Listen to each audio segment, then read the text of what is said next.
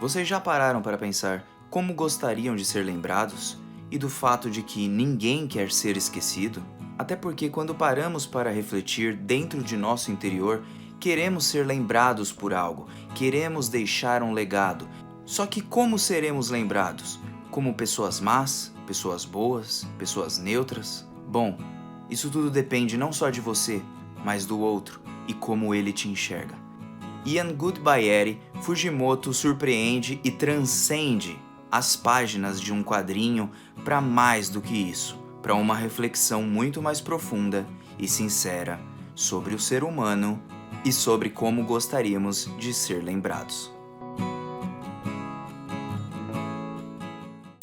E aí galera do canal do Mano Joe, como vocês estão? Espero que todos estejam muito bem. E hoje, isso mesmo, Goodbyery de Tatsuki Fujimoto, o mesmo autor de Fire Punch e Chainsaw Man. Gostaria muito de conversar com vocês sobre esse mangá que simplesmente em um one shot o autor conseguiu me emocionar, conseguiu trazer uma mensagem e simplesmente ele termina de uma forma explosiva, vamos dizer assim. Quer saber mais como que foi? Então bora aí colar junto com o Mano Joe. E não se esqueça, gente, o link tá aqui embaixo caso você não tenha lido ainda. E eu agradeço já de antemão pra Scan Coquinha sei lá o que traduziu pra gente.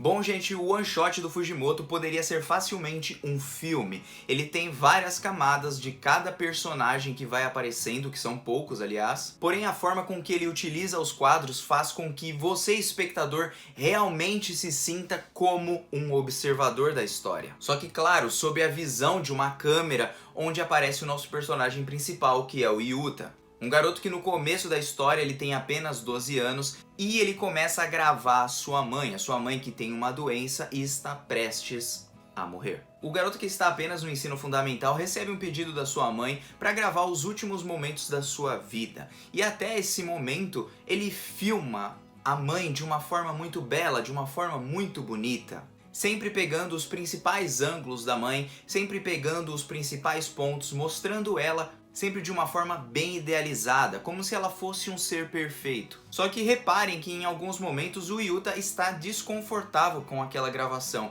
embora sua mãe ainda pareça querer que ele grave alguma coisa. Nisso, o tempo vai se passando, o Yuta filma vários momentos da sua mãe, só que em um certo momento ela chega no seu estágio final. Nesse estágio final, a mãe dele está internada no hospital, chega nos seus últimos momentos e o Yuta simplesmente corre. E tudo que você vê até o momento é um filme que ele fez. Ele reeditou todas essas gravações que fez com o celular novo que ele tinha obtido da sua mãe e colocou num filme para apresentar na escola. Só que no final, desesperado, ele acaba correndo e coloca no final do filme uma grande explosão, como se a mãe dele lá no hospital ela não tivesse morrido de uma doença, mas sim de uma explosão.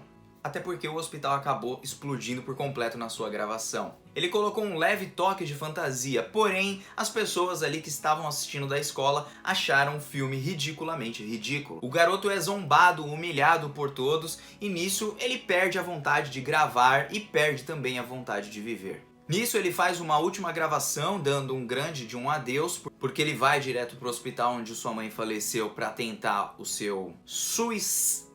E vocês sabem o que é. Até porque o garoto estava muito magoado, se sentindo humilhado, porque o filme que ele fez com tanto carinho foi desprezado. Até esse momento, nós como espectadores pensamos: poxa, mas foi um filme um tanto quanto babaca? É assim realmente que ele quer que se lembrem da mãe dele? Soou como se fosse uma humilhação, porém nem tudo é o que parece nesse mangá do Fujimoto. Tudo tem uma perspectiva, tudo tem um ponto de vista, que você só acaba entendendo no final.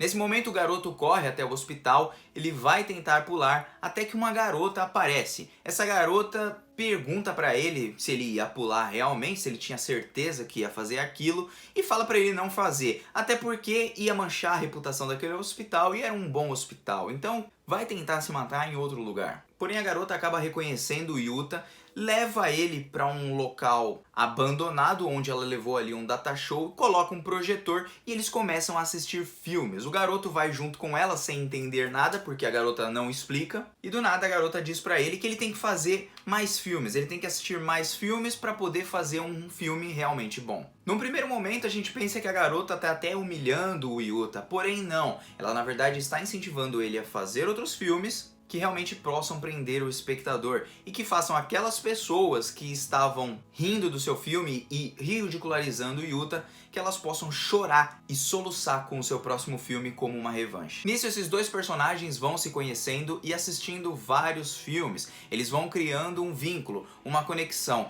E enquanto isso, o Yuta continua filmando a Eri, continua filmando gatinhos no meio da rua, ele continua filmando paisagens, e a gente pode ver que o Fujimoto ele coloca várias imagens como se fosse realmente uma câmera amadora, uma câmera que se mexe, que fica com aquele tracejado com a imagem meio ruim. Isso tudo é colocado de forma proposital. Nós, como espectadores, acabamos entrando no meio da história. E é então que eles começam a fazer um filme, porém, enquanto o Yuta vai colocando ali várias coisas no filme, ele vai perdendo a vontade, por exemplo, de se matar, então ele acaba ganhando confiança, ele volta a fazer filmes, volta a ficar feliz por conta da Eri. Porém, a Eri continua falando que falta alguma coisa no filme, que ainda não está tão bom.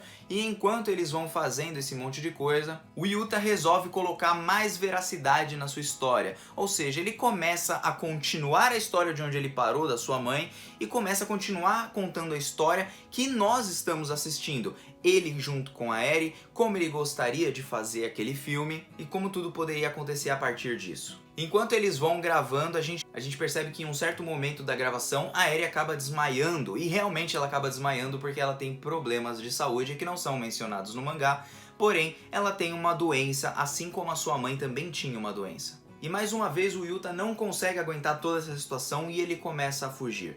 Nisso, o seu pai tem uma breve conversa com ele e é-nos revelado outro ponto de vista da história. Porque até onde nós vimos, a mãe dele era uma pessoa super idealizada, super bondosa. Mas foi assim que o Yuta gostaria de se lembrar dela. Ele não gostaria de se lembrar daquela mãe um tanto quanto agressiva e como ela era e como ela abusava do próprio filho. Até porque ela queria usar essas gravações, porque ela era uma produtora de TV, e queria filmar todos os seus momentos de superação, porque ela acreditou que superaria a doença, e isso, claro, para um produtor de TV faria muito sucesso. Só que ela deixou tudo isso a cargo de uma criança que a gente percebe que de uma forma desconfortável não queria fazer aquelas gravações, mas as fazia mesmo assim. E detalhe, ele queria lembrar da sua mãe não como uma carrasca, mas sim como uma pessoa boa. Ele queria focar nos pontos onde a sua mãe estava mais bela, ele queria lembrar das melhores partes dela. Isso começa a mudar um pouquinho na história e começa a deixar você se comover um pouquinho mais. Nisso, a Eri melhora um pouquinho lá do hospital, eles voltam a conversar porque eles tinham meio que brigado. E aí então o Yuta continua fazendo o filme junto com a Eri. Ele acaba se apaixonando por ela, ela com certeza também acaba se apaixonando por ele, embora ela tenha o rejeitado. E mais uma vez ele entrega um filme, só que agora um filme muito melhor do que o anterior e com um final derradeiro, onde nós temos o falecimento da Eri e também a tristeza do Yuta com o falecimento da sua grande amiga e até amada. Bom, os anos se passam, o Yuta acaba crescendo, porém ele sempre continua reeditando os filmes. Ele não consegue esquecer o que ele tem da memória da Eri, então, mesmo depois de casado, mesmo depois tendo sua filha, ele continua ali editando seus filmes. Ele não consegue se esquecer da Eri de forma alguma. E não é como se ele estivesse triste com a sua vida atual, com a sua esposa e sua filha. Mas sim que ele pensava que ainda tinha algo para fazer naquele filme. Ele ainda tinha que reeditar alguma coisa ainda faltava. Lembrando que todo o filme sobre a Eri ele fez com a visão do que ele via da Eri, dos pontos positivos. E como um filme ele pode focar sobre um certo olhar e nos mostrar apenas as partes boas, embora as pessoas também tenham as partes ruins. Mas o Yuta gostaria de lembrar da Eri daquela forma, e é assim que ele terminou aquele filme. Só que bom, enquanto o Yuta vai contando pra gente essa história, ele mais uma vez quer tentar o seu suicídio, vocês sabem o resto. Porque em um certo do dia, depois de fazer várias reedições e tudo, eles estavam andando no carro, foram envolvidos em um acidente e apenas ele sobreviveu. Ou seja, o seu pai, a sua filha e sua esposa acabaram morrendo. E como o mundo é cheio de dor e como a morte sempre vem para as pessoas, ele resolve acabar com tudo de uma vez. Porém, ele tem uma certa epifania quando chega naquele local abandonado onde ele e a Eri assistiam os filmes. E nessa conversa entre os dois, onde ele fala consigo mesmo, a Eri acaba por motivar ele mais uma vez a continuar o filme e a fazer mais um filme, dando vida de volta a uma pessoa que tinha desistido de tudo. E ainda com um toque de fantasia, que era o que mais o garoto Yuta gostava, ele encerra aquela história com uma tremenda de uma explosão após ele ir embora e deixar o fantasma de Eri ali no hospital. Bom, gente, simplesmente eu adorei, eu gostei muito de como o Fujimoto foi formulando a história, a parte visual e como ele foi fazendo as coisas, usando cada quadro, mesmo quadros em preto, parecia que eu estava vendo um filme literalmente. Parecia que tudo aquilo foi gravado realmente de uma tela de um celular e foi mostrado pra gente dessa forma. Isso acaba que envolve todo o leitor que está na obra como observador da história e como participante da história, porque é como se fosse você filmando toda a história do Yuta. Então é bem curioso como ele conseguiu trabalhar isso em um quadrinho, mostrando todas as suas habilidades e mostrando que o cara tá massa demais. Tô doido pra ver Chainsaw Man 2. E bom, muito mais do que uma narrativa, o que mais me atraiu em Goodbye Eri foi simplesmente a reflexão sobre ser lembrado, ser esquecido, como gostaríamos de ser lembrados e tudo mais. Até porque mesmo a pessoa mais solitária do mundo não gostaria de viver sozinha no restante da sua vida. Em um certo momento a gente se sente sozinho, a gente quer jogar tudo pro alto, ir embora e acabar com a vida de uma vez. Falo isso porque já me sentia assim dessa forma. Só que sempre tem algo dentro do nosso interior querendo que as pessoas se lembrem da gente, que nós sejamos lembrados, que nós não passemos dessa vida apenas como passou, mas ninguém mais se lembra dele. Até porque não precisamos ser famosos, não precisamos ser youtubers, não precisamos ser jogadores de futebol que conquistaram grandes coisas para sermos lembrados. Basta sermos lembrados até por um amigo, né, que ele pode morrer depois de muito tempo, mas você manteve a sua vida dentro do coração, dentro da alma daquela pessoa. Nós gostamos desse sentimento de ser lembrado, porque ninguém quer ser sozinho.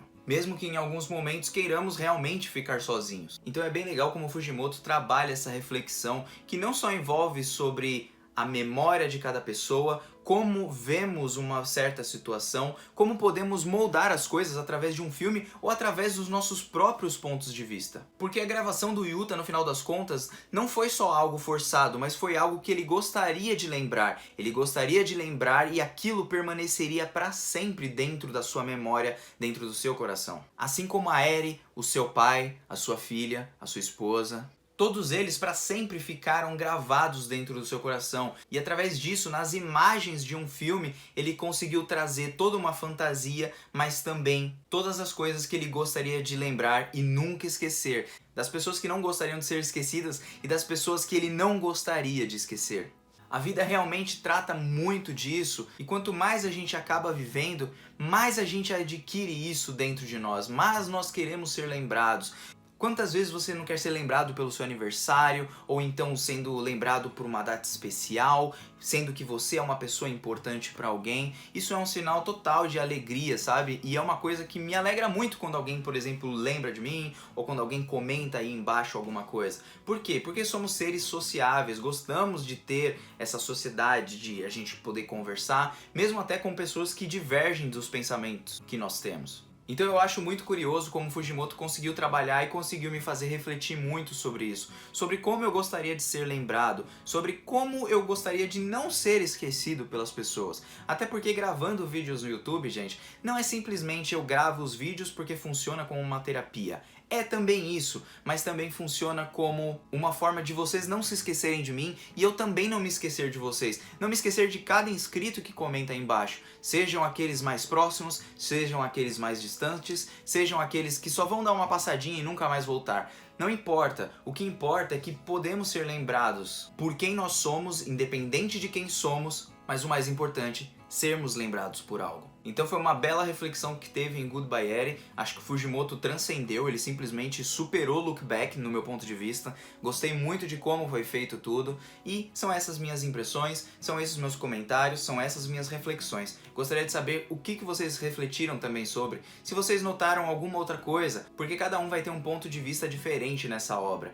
Essa é a graça da arte, essa é a graça da literatura, é você poder imaginar e pensar da sua própria forma, se divertindo em como você analisa as coisas. Você pode analisar de uma forma séria, de uma forma reflexiva, de uma forma engraçada, e a sua forma não está errada, até porque você é único e você merece ser lembrado desse jeitinho que você é. Assim eu termino meu vídeo.